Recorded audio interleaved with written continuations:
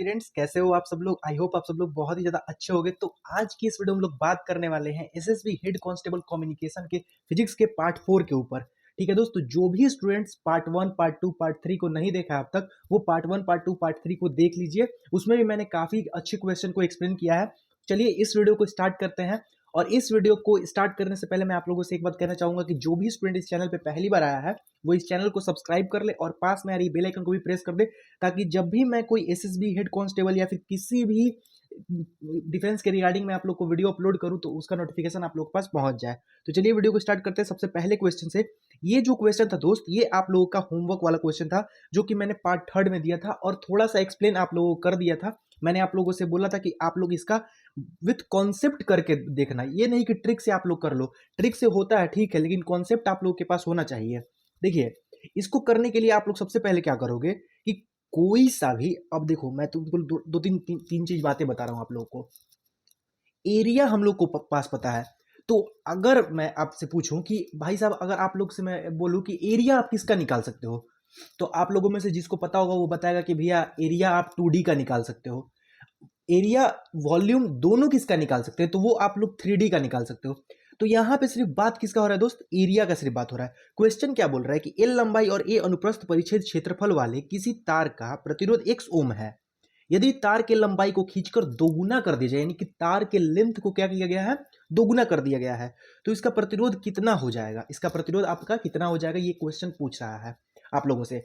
देखिए, मैं आप लोगों से इस क्वेश्चन को डील करता हूं अच्छे से, किस तरह से कि कॉन्सेप्ट कैसे आप लोग इसको समझोगे और इससे के तरह से जितने भी क्वेश्चन बनेंगे उसको आप लोग कैसे सॉल्व कर सकते हो। देखो, ट्रिक तो सबको पता है कि लंबाई दोगुना किया गया है तो उसका दोगुना, उसका 2 का स्क्वायर कर देते हैं, तो 2 का स्क्वायर यहाँ पे अगर आप लोग का 4 कर देते हो तो वो आंसर आ जाएगा। ये मेरे को भी पता है, ये आपको भी पता है, मैक्सिमम स्टूडेंट को पता होता है, लेकिन ये हर एक जगह आपका काम नहीं करता है। अब वो बता रहा हूँ कि कब काम नहीं करेगा और कब काम कर सकता है। आपको पहले इस क्वेश्चन को सॉल्व करने का मैं तरीका बता दे रहा हूँ। देखिए, सबको पता होगा कि रेजिस्टेंस का formula with regarding of length and with regarding with area, इसका फॉर्मूला क्या होता है कि रो एल अपॉन ए। देखिए, इंग्लिश वाले जितने भी हैं उनको मैं सब कुछ इंग्लिश में एक्सप्लेन करते हुए चल रहा हूं, तो आप लोग को थोड़ा सा भी दिक्कत नहीं होना चाहिए। आप लोग थोड़ा सा खुद पे उस वैसे करिए, आप लोग खुद बनाइए उसको कि हिंदी में भी आप लोग उसको समझने की कोशिश कीजिए। ठीक है, अब रेजिस्टेंस हो गया रो एल अपॉन ए, इतना हो गया। एल यानी लेंथ यानी लंबाई, ए यानी एरिया, यहां पे दिया हुआ है परिच्छेद क्षेत्रफल। अब देखिए दोस्त, आप लोगों से एक बात पूछना चाहूंगा मैं, एरिया कैसे निकाले होंगे, ये किसी भी चीज का एरिया कैसे निकलता है। मैं दो शेप को लेके समझाता हूं आपके सामने। एक शेप आप यहां पे स्क्वायर मान लीजिए, एक शेप आप यहां पे रेक्टेंगल मान लीजिए। दोनों में गुना किया गया होगा भुजा का, इसमें एल इंटू बी किया गया होगा। इसको भी अगर एल मानता हूं, इसको भी अगर एल मानता हूं, तो एल स्क्वायर किया गया होगा, यानी कि भुजा का स्क्वायर। वर्ग का क्षेत्रफल भुजा स्क्वायर, रेक्टेंगल का एरिया क्या होता है, लेंथ इंटू ब्रेथ। अब देखिए, यहाँ पे लंबाई है, यहाँ पे एरिया है, लेंथ यहाँ पे, ब्रेथ यहाँ पे है। लंबाई को खींचकर दोगुना किया गया है, यानी कि एरिया इंटू लेंथ किया गया है उसको। मतलब अगर देखिए, हम बता रहे हैं आपको, यदि तार की लंबाई बढ़ाई जाती है तो आयतन तो समान रहेगा ना। तो आयतन जब समान रहता है तो उसके लिए क्या करेंगे हम लोग, दोनों के यहाँ पे आयतन का कोई वहां पे वो नहीं है, लेकिन मैं आप लोग को आयतन के रिगार्डिंग से समझा दूंगा ना, कि इसको आप लोग क्वेश्चन को आसानी से बना लोगे। अब देखिए, मैं अगर आप लोगों से बोल दूं कि जो यहाँ पे अगर resistance is equal to rho L upon A यहाँ पे रहेगा, अब यहाँ पे मेरे को क्या क्या चीज दिया हुआ है, तो लेंथ दिया हुआ है, और मेरे को क्या दिया हुआ है कि जो यहाँ पे प्रतिरोध x ओम है, और प्रतिरोध से हमको वहां पे उसका निकालना है कि तार का नया प्रतिरोध कितना होगा। तो इसके लिए हम लोग क्या करते हैं कि सबसे पहले हम लोग आयतन समान करने की कोशिश करते हैं, कि आयतन समान कर लेंगे तो रो का प्रतिरोधकता कोई वैल्यू ही पता नहीं चल करना पड़ेगा वहां पे। तो ठीक है, तो यहां से हम लोग कर लेते हैं ए इंटू लेंथ। अब अगर एरिया इंटू लेंथ कर लिए हैं तो जो नया वाला जो मेरा प्रतिरोध आएगा उसका हम लोग एरिया को मानेंगे ए डैश, और जो नया लेंथ होगा वो कितना हो गया, लंबाई को खींचकर दुगुना किया गया है, यानी कि 2L हो गया है। इतना बात सबको समझ में आ रहा है। अब देखिए, अब अगर मेरा ये इतना हो गया है तो सिर्फ मेरे को ए डैश से मतलब है कि ए डैश मेरा कितना है, क्योंकि ए डैश को मैं वहां पे पुट करूंगा जिससे कि आर डैश का वैल्यू हमको निकालना है, यानी कि रेजिस्टेंस, न्यू रेजिस्टेंस कितना होगा उसको हमको निकालना है। लेंथ से लेंथ को काट देंगे, ए डैश इज इक्वल टू आपका हो जाएगा ए बाई टू। इतना बात सबको समझ में आ गया। A dash is equal to A by two. मैं कलर चेंज कर लेता हूं आप लोगों को बताने के लिए। देखिए, A is equal to A dash is equal to A by two, यानी कि जो ये नया आपका एरिया आया, नया प्रतिरोध वाले जो तार का एरिया आया, वो क्या है, वो पुराने वाले का आधा है। इतना बात सबको समझ में आ गया। अब देखिए इतना बात समझ में आ गया, तो इसके लिए हम लोग क्या करेंगे, नया प्रतिरोध को देखेंगे कि नया प्रतिरोध मेरा कितना आएगा। नया प्रतिरोध R dash is equal to rho L upon में ए डैश, क्योंकि अगर हम न्यू रेजिस्टेंस निकाल रहे हैं तो नया ही हम अपना एरिया रखेंगे। लेंथ तो हमको पता है, लेंथ कितना किया है, 2 गुना कर दिया है, रो से हमको मतलब नहीं है।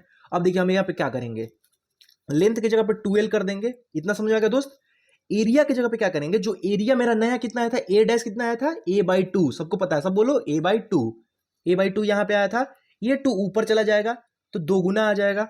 अब आपको सबको पता है कि L अपॉन ए कितना हो जाएगा रेजिस्टेंस, जबकि रो यहाँ पे क्या है आपका ऐसे ही है, तो L अपॉन ए क्या होता है, यानी कि यहाँ पे देखिए मैं बता रहा हूँ आप लोग को, 4 इंटू लेंथ अपॉन में ए यहाँ पे आया हुआ है, इसको हम लोग क्या कर सकते हैं, 4 इंटू लेंथ अपॉन ए, तो एक्स यानी कि प्रतिरोध को बदल सकते हैं, तो 4x यहाँ पे आंसर आ जाएगा। ये आपका राइट आंसर विथ कॉन्सेप्ट हुआ। अब जिसको इसको पहला क्वेश्चन समझ में आ गया है वो लाइक जरूर करिएगा, ठीक है। विथ कॉन्सेप्ट आपको समझा दिया हूं मैं इस क्वेश्चन को, आप लोग इसको किसी भी तरह से बनाओगे ना दोस्त, तो 4x तो आंसर तो आप लोग का आ जाएगा, लेकिन अगर आपसे कुछ बोल दिया जाएगा कॉन्सेप्ट से बता दो इसको, तो बहुत सारे लोगों को नहीं पता होता है, तो मैंने आज आप लोगों को कॉन्सेप्ट क्लियर कर दिया। अब देखिए ये क्वेश्चन इतना फेमस है कि इस क्वेश्चन का नाम ही पड़ गया साइक्लोट्रॉन वाला क्वेश्चन। सीधा बोलता है सबके साइक्लोट्रॉन वाला क्वेश्चन आया था, ये क्वेश्चन इतना फेमस है। इसमें क्या निकालना होता है, इसमें कणों की एनर्जी किसके अनुपात में होती है, यानी कि एनर्जी निकालनी होती है। अब देखिए इस क्वेश्चन को आप लोग कैसे सॉल्व करोगे, इसके लिए मैं आप लोग को आसान जितना हो सके मेरे से शॉर्ट उतना मैं आप लोगों को समझाने की कोशिश करूंगा। जो भी स्टूडेंट मेरा पहला वीडियो देखा होगा उसमें मैंने आप लोगों को जो वृत्ताकार पथ के लिए यानी कि सर्कुलर मोशन के लिए जो रेडियस का मैंने फॉर्मूला बताया था दोस्त, किसको किसको पता है वो सब लिख दे यहाँ पे। Radius is equal to M V upon में क्यू बी। ये सारे फॉर्मूले को मैं डिराइव करूंगा एक दिन, ठीक ना, मैं सारे फॉर्मूले को डिराइव करूंगा। एक दिन यूनिट एंड डायमेंशन में जितने भी फॉर्मूले होते हैं उसको डिराइव कर दूंगा, एक दिन वेक्टर में जितने जितने फॉर्मूले होते हैं उसको डिराइव कर दूंगा, वर्क एंड एनर्जी पावर में जितने जो भी ये क्या बोलते हैं फॉर्मूले होते हैं उन सबको डिराइव कर दूंगा। लेकिन आज मैं आप लोग को जो समझा रहा हूँ उसको समझते चलो, आसानी होगा आप लोग को। अब देखो क्या करना है इसमें, R is equal to M V upon Q B हो गया। इसको मैं क्या आप लोगों को अगर v के रिस्पेक्ट में हमको लिखना है, v के रिस्पेक्ट में क्यों लिखना है, बहुत सारे मन में आएगा हम v के रिस्पेक्ट में क्यों लिखेंगे। तो दोस्त क्वेश्चन पूछा क्या है, एनर्जी के बारे में पूछा है। एनर्जी से मेरा सीधा ध्यान कहाँ जाता है, जब मेरा वेलोसिटी रहता है तो एनर्जी का मेरा ध्यान कहाँ गया, तो मेरा एनर्जी से सीधा ध्यान गया सर काइनेटिक एनर्जी पे, क्योंकि काइनेटिक एनर्जी का फॉर्मूला क्या होता है 1/2 mv स्क्वायर। अब यहां से मेरे को अगर v का वैल्यू पता चल जाएगा तो क्या मैं काइनेटिक एनर्जी नहीं निकाल लूंगा, बिल्कुल निकाल लूंगा। अब काइनेटिक एनर्जी क्या होता है, kinetic energy is equal to 1/2 mv square, इतना होता है सबको पता है mv स्क्वायर। अब देखिए यहां पे बात आता है कि निर्गत होने वाले कणों की ऊर्जा किसके अनुपात में है, ऊर्जा। तो वेलोसिटी से मैं क्या करूंगा, r is equal to M V upon Q B, v is equal to R Q B upon M. ये हो गया आपका फॉर्मूला वेलोसिटी का। अब इससे आप लोग क्या कीजिएगा, ये जो चीज है R Q B upon M, इसको पुट करना है आपको वी स्क्वायर की जगह पे। अब ये कैसे पुट करेंगे, 1/2 M R Q B upon M का होल स्क्वायर, यहां पे इतना का पूरा का होल स्क्वायर हो गया। एक एम से एक एम कैंसिल हो जाएगा यहां से। अब R square Q square B square upon 2, इसको क्या कैसे लिखेंगे हम लोग, R square Q square B square upon 2 M, इतना आया है क्योंकि एक एम नीचे है मेरे पास। तो इसमें मेरे को क्या पूछ रहा है, अब देखिए एक साइक्लोट्रॉन में एम द्रव्यमान है, क्यू आवेश वाले कण को त्वरित करता है, निर्गत होने वाले कण की ऊर्जा किसके अनुपात में होगी। अब देखिए दोस्त यहाँ पे क्वेश्चन किसके किसके अनुपात के बीच पूछ रहा है, क्वेश्चन पूछ रहा है sir Q square upon M के स्क्वायर के अनुपात में। देखिए क्वेश्चन का मेरा आंसर तो मेरा ये होगा, पूरा आंसर जो मेरा होगा वो ये होगा, जबकि क्वेश्चन मेरा अगर आंसर जैसे कि अगर सब्जेक्टिव क्वेश्चन होता तो मेरा आंसर ये होता, लेकिन ये क्वेश्चन कैसा है ऑब्जेक्टिव है। तो ऑब्जेक्टिव में इसमें आपके 3 आंसर आ सकते हैं। अब 3 आंसर कौन कौन से आ सकते हैं वो मैं आप लोग को डील कर देता हूं। देखिए ध्यान से, इस क्वेश्चन को आसान मत समझिएगा, क्योंकि काफी सारे स्टूडेंट को ये पता ही नहीं चलता कि कैसे इसको करना है। R square Q square B square upon 2m, इतना था, ठीक है। अब देखिए इसको 3 तरह से कैसे लिख सकता है। पहला जो यहां पे आंसर लिखा हुआ है वो क्यू स्क्वायर अपॉन एम, ठीक है। अगर आपसे पूछ देता कि उसकी रेडियस त्रिज्या और वो जो m है यानी कि जो यहाँ पे मास दिया हुआ है उसके रेस्पेक्ट में बताना है, तो इसका आंसर होता है आर स्क्वायर अपॉन में m। ये हो गया था।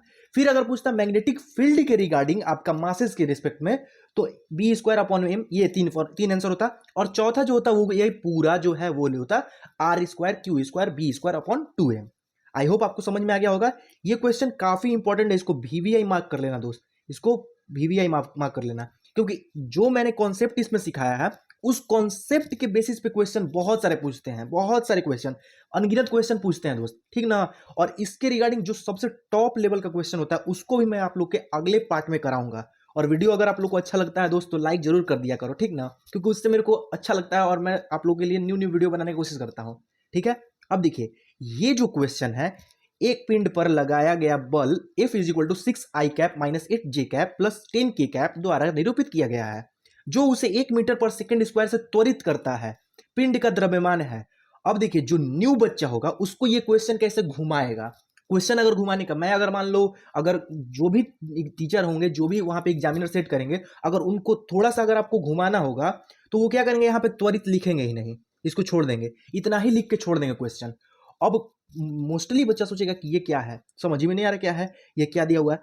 तो यहाँ पे आप देख सकते हो, जिसको अगर यूनिट का ज्ञान होगा वो तो इस क्वेश्चन को चुटकी बजा के सॉल्व कर लेगा, अगर जिसको इस यूनिट का जानकारी नहीं होगा वो इस क्वेश्चन को सॉल्व नहीं कर पाएगा दोस्त। मैं आप लोग को 100% लिख के देता हूं। देखिए इसको कैसे सॉल्व करना होता है। इसके लिए आपको दो फॉर्मूले याद होने चाहिए। दो फॉर्मूले कौन से, बहुत ही छोटे छोटे फॉर्मूले हैं, दो फॉर्मूले आपको याद होंगे तो आप आराम से इस क्वेश्चन को कर सकते हो। देखिए कैसे करना है। फोर्स का फॉर्मूला क्या होता है दोस्त, F is equal to mass into acceleration, ये फॉर्मूला होता है। फोर्स किस में दिया हुआ है, फोर्स वेक्टर फॉर्म में दिया हुआ है। सबको पता है कि फोर्स अगर वेक्टर फॉर्म में दिया हो तो उसका मैग्नीट्यूड निकाल के हमको उसको यूनिट मान सकते हैं। सबको पता है, क्या पता है सबको, कि फोर्स अगर वेक्टर के फॉर्म में लिखा हो तो उसका हम मैग्नीट्यूड निकाल लेंगे और मैग्नीट्यूड को क्या करेंगे हम लोग मान सकते हैं, मैग्नीट्यूड को उसका यूनिट। ठीक है, इतना बात समझ में आ गया। अब देखिए मैं इसका मैग्नीट्यूड निकाल रहा हूं। मैग्नीट्यूड कैसे निकलता है, रूट के अंदर जो भी इसके कोफिशिएंट है, आई कैप का, जे कैप का, के कैप का, उसका होल स्क्वायर कर देंगे। होल स्क्वायर 6 का स्क्वायर 36, फिर 8 का स्क्वायर 64 प्लस 10 का स्क्वायर 100, 100 ये दोनों मिलकर बना देगा, कितना हो जाएगा 200। तो 200 का कितना हो जाएगा, 10 बाहर आ जाएगा और रूट 2 हो जाएगा। ये आंसर 10 रूट 2, यहीं पे जो आंसर मार दिया वो गलत है, वो उससे मेरा कोई वास्ता नहीं है भाई, वो गलत गलत आंसर मार रहा है। 10 रूट 2 जो भी मारा है इसी को देख के आंसर वो गलत है, ये आंसर नहीं होगा। आंसर ये क्यों नहीं होगा अब मैं बता रहा हूं आप लोग।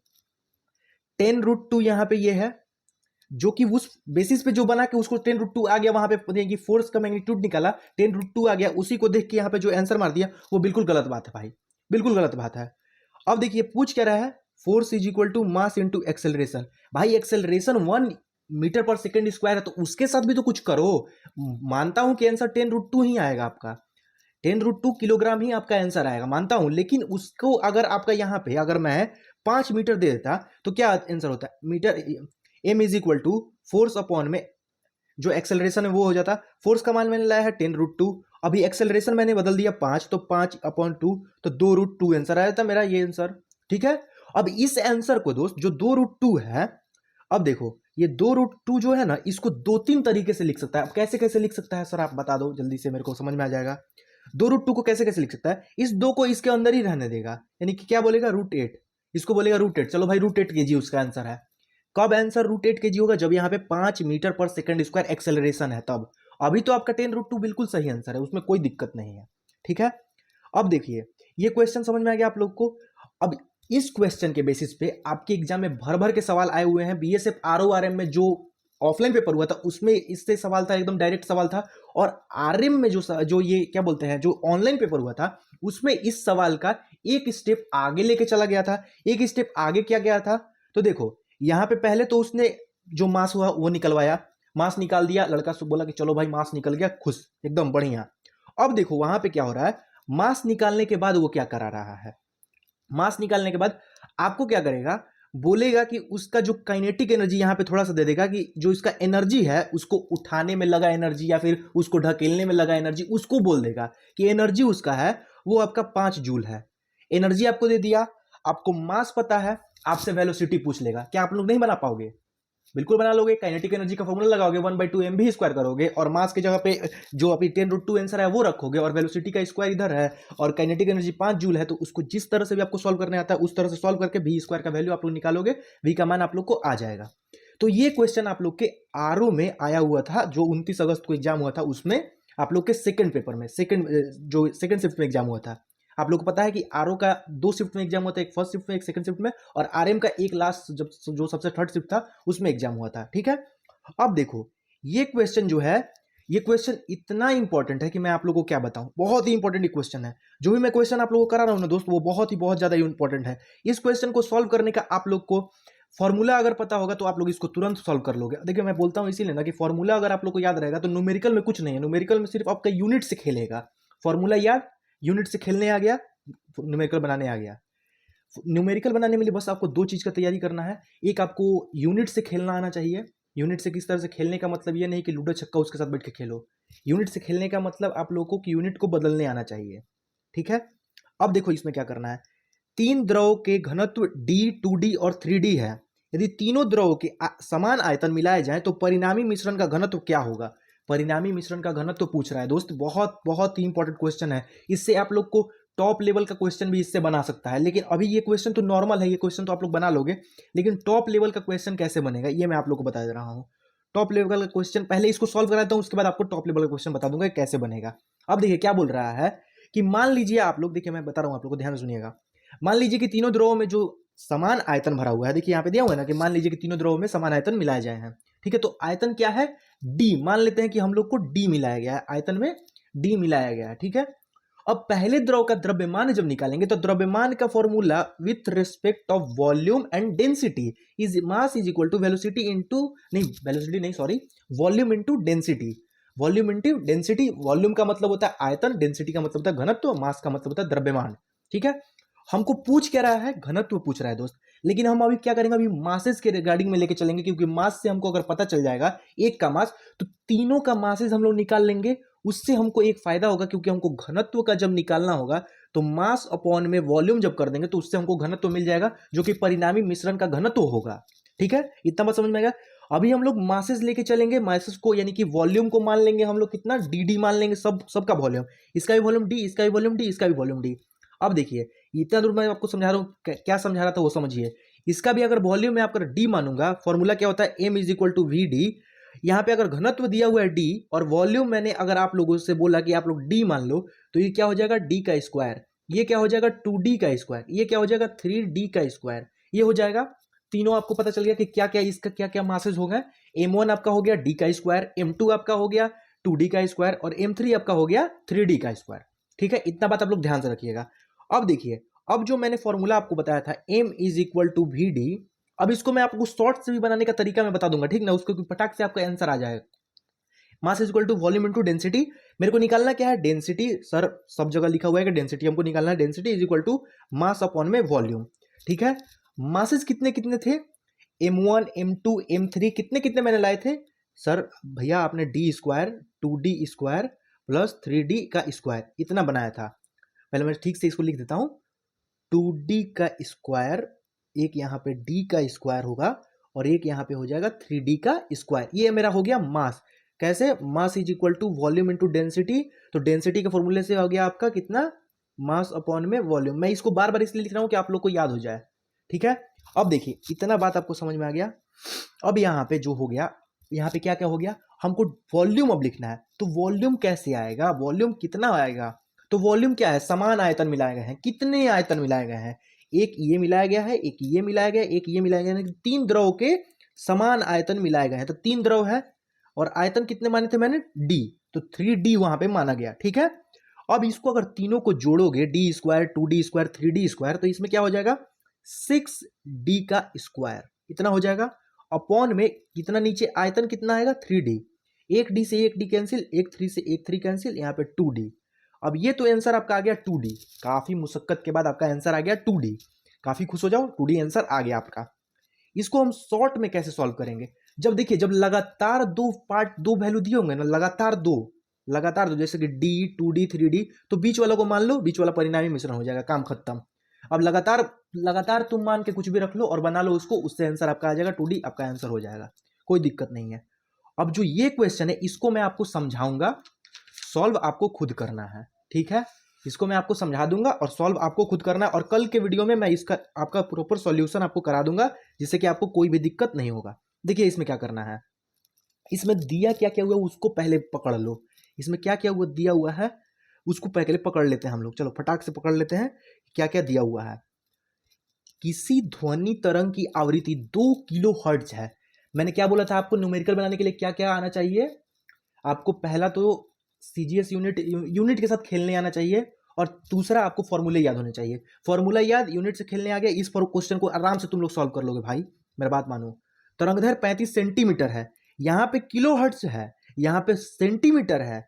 यदि प्रेक्षक स्रोत से 1.4 किलोमीटर की दूरी पे, अब यहाँ पे किलोमीटर है, तो प्रेक्षक को कितने समय अंतराल के पश्चात ध्वनि सुनाई देगी। अब एक क्वेश्चन काफी फेमस होता है, जो कि क्वेश्चन पूछा जाता है कि हमको अपना जो गूंजने वाला ध्वनि होता है, यानी कि प्रतिध्वनि के लिए मैक्सिमम दूरी कितनी होनी चाहिए, तो 17 मीटर बहुत लड़का लोग आंसर मारता है। वो आंसर कैसे है तो उसको आप लोग सॉल्व करिए, ठीक है ना दोस्त। इसको आप लोग हटाइए, इस क्वेश्चन को तो आपको सबको पता होता है। अब इसमें देखते हैं हम लोग क्या है। इस क्वेश्चन को सॉल्व करने के लिए देखिए आपको मैं सबका यूनिट चेंज करके आपको दे देता हूं, आपको बस कैलकुलेट करने आना चाहिए। 3 फॉर्मूले के इसमें यूज होंगे। 3 फॉर्मूले कौन कौन से यूज होंगे, तो देखिए पहला तो आपको यहाँ पे फ्रीक्वेंसी दिया हुआ है कितना, तो फ्रीक्वेंसी आपको दिया हुआ है 2 किलो हर्ट्ज। फ्रीक्वेंसी कितना दिया हुआ है 2 किलो हर्ट्ज।